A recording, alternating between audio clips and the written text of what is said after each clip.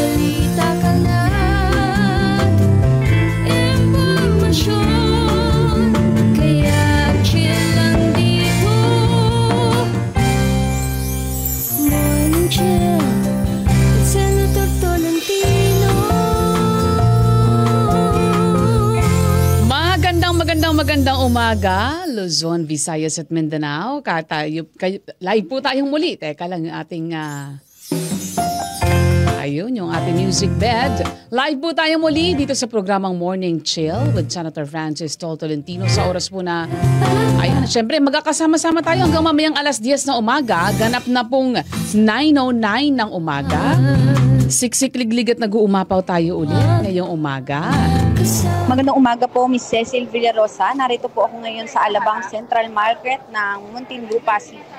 Sa kasalukuyan, ang presyo ng bigas dito ay may 45 pesos kada kilo ang pinakamura, habang 50 pesos kada kilo naman ang pinakamahal. Ang karne, gaya ng laman ng baboy, ay 370, ribs na 340, atay ng baboy na 300 at liempo na 450. Ayon sa ating vendor, asahan daw po ang pagtaas nito simula bukas o susunod na linggo. 200 kada kilo naman ang presyo ng manok. Tumaas din ang ilang presyo ng isda, gaya ng galunggong na 300 to 340, bangus na 160, tahong na 100, tulingan na 200. Yes, Glazel. Yan, yung presyo na tayo ng mga isda. Yan. Teka lang. Ayun, naririnig namin sa background. Yung may nagchat-chat pa sa likod mo, Glazel, Ulitin lang natin, Glazel, yung presyo ng isda. Yan, nawala lang yung signal kanina. Ang presyo po ng ating isda ay may ilang tumaas ang presyo, gaya ng gulunggong 300 to 340. Wow. Bangus na 160, tahong na 100, tulingan na 280, tilapia na 150, matambakan na 320, bisugo na 350 to 380, at panpano na 450 kada kilo. Mukhang ina-anticipate natin, Glazel, tataas pa yung presyo ng mga isda kasi yan yung magiging in demand sa papalapit na Lenten season, Pero sana wag namang masyadong tumaas, Glazel.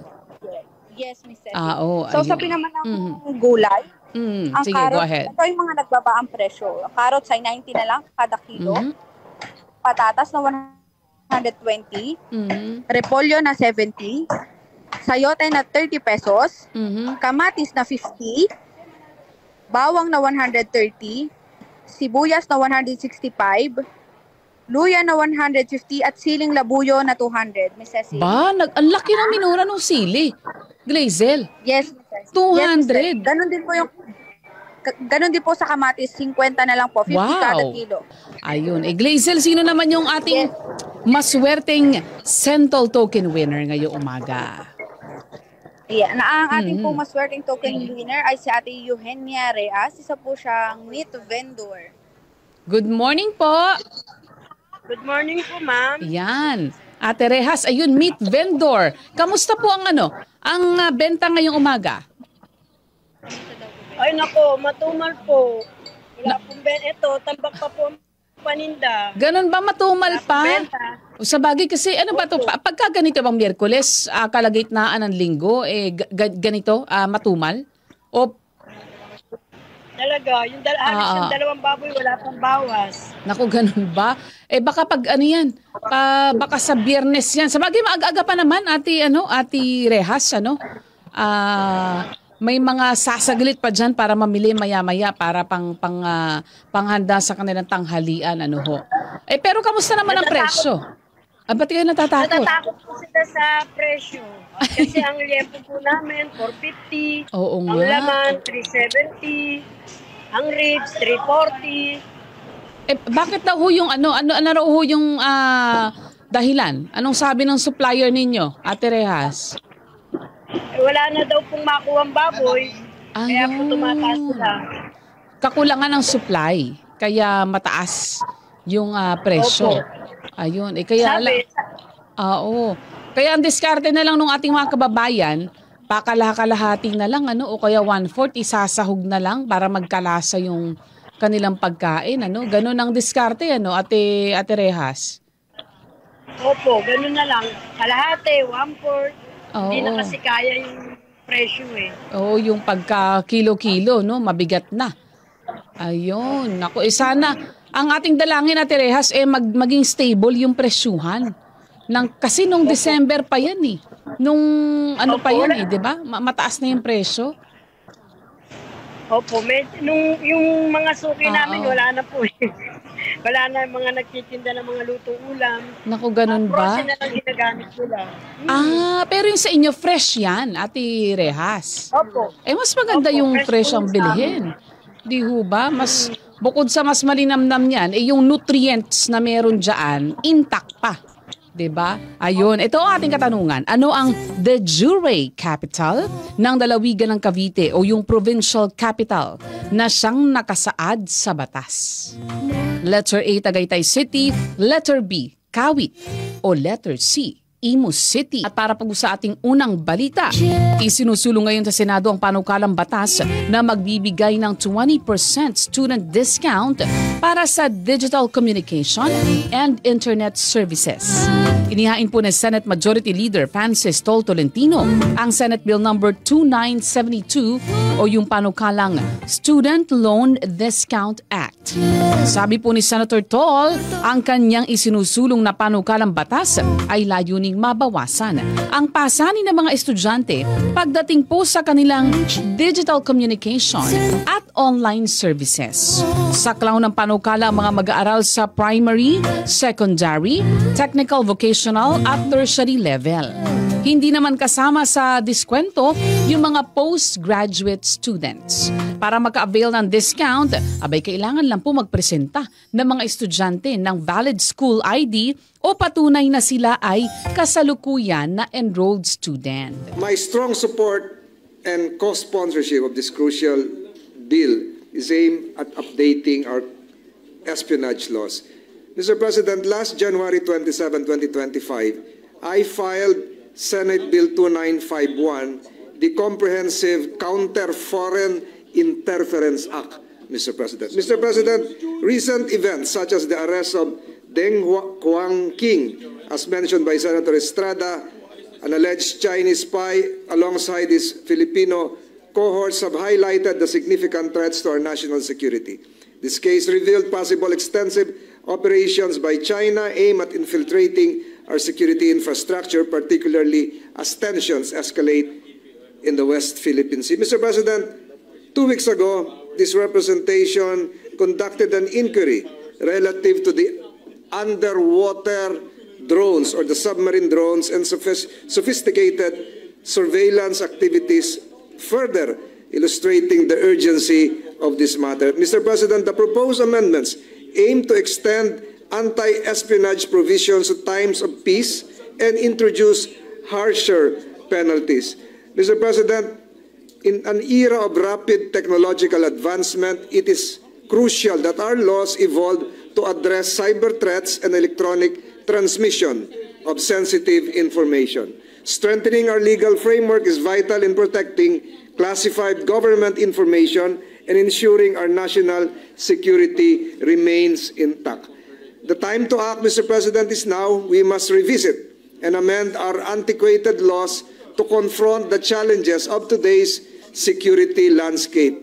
Let us unite in our efforts to pass this legislation and safeguard our nation's future. As a co-sponsor, I likewise urge our fellow lawmakers to join us in supporting this measure. Together, we can ensure our legal framework is equipped to handle current and future threats to national security. Yan po si Senate Majority Leader Francis Tol Tolentino kaugnay po ng kanyang naging co-sponsorship speech kaugnay po ng panukala na nagpapataw ng parusa laban sa pang-espiya. Kasama natin via video call ngayong umaga si Kapitan Allen Ampaya. Magandang umaga po, Kapitan Ampaya. Magandang umaga po, Miss Cecil.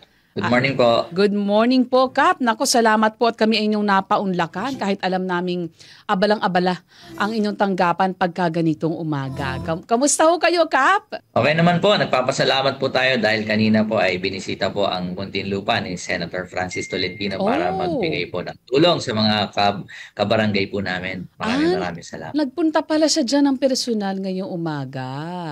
Ayun. E di, Kap, kamusta naman ho ang inyong mga kabarangay na binisita ni Senator Tol? Tuwang-tuwa naman po sila dahil may mga ibinalita si Senator Francis na mga ginagawa niya sa Senado na mga batas. So, tuwang-tuwa po yung aming mga kabarangay. Ayan, dyan ba sa barangay poblasyon, Kap, ano ba yung masasabi natin na natatangi sa barangay poblasyon? Siguro, isa po ay yung aming pagbibigay ng aming ang educational financial assistance kasi po kahit po sa barangay lang kami, meron po kaming mahigit 5,000 mga bata na tinutulungan. Hindi lang po yung mga batang mga gusto mag-aral, pati yung mga manlalaro po namin ay meron din kami mga scholars na gano'n. Katulad din ng mga batang may kapansanan, meron din po kami mga tinutulungan. Gaano ba karami, Kap, ang kabuuan ng populasyon dyan po sa inyong barangay? Meron po kaming 125,000 po na populasyon. Ang laki ng populasyon pala ninyo, Kap. Para na kayong para kayo isang bayan na pala, ano ho? Yes po, marami po. Kaya po yung kanina po pinakita yung picture, ito po yung pinapaayos pa po namin, hindi pa po namin napapagamit. Ongoing po ang renovation. Ito po ay isang learning hub na kung saan lalagyan po namin ito ng mga laptops at saka ng mga wifi connection kung saan malapit po kasi ito doon sa school zone and para pwede pong puntahan ng mga bata para sila ay mag-review, para mag-research at mag-aral. Ito po ay tatakbo ng 24 hours. 24/7 po na babantayan po ng mga barangay staff para anytime na gusto nila pumunta doon para sila ay gumawa ng thesis, ay pwede nila magamit yung facility. Hopefully, this February ay mag-open po kami. Wow, ang galing. Kap, yan yung first time ko makarinig ng ganyang programa, Kap. Sa ilang buwan na naming pag-ere, araw-araw namin itinatampok yung mga barangay dito. Unang beses namin nakarinig ng ganyang learning hub, na makakagamit ng pasilidad yung mga mag-aaral. Ang tanong naman, Kap, libre ho ba yung kanilang paggamit? Yes po. Libre po. Magkakaroon po kami ng mga copying machine doon. Yun lang po siguro ang may bayad yung pagka-photocopy nila kasi po syempre may gasto po yan at pero yun po ay at cost lang.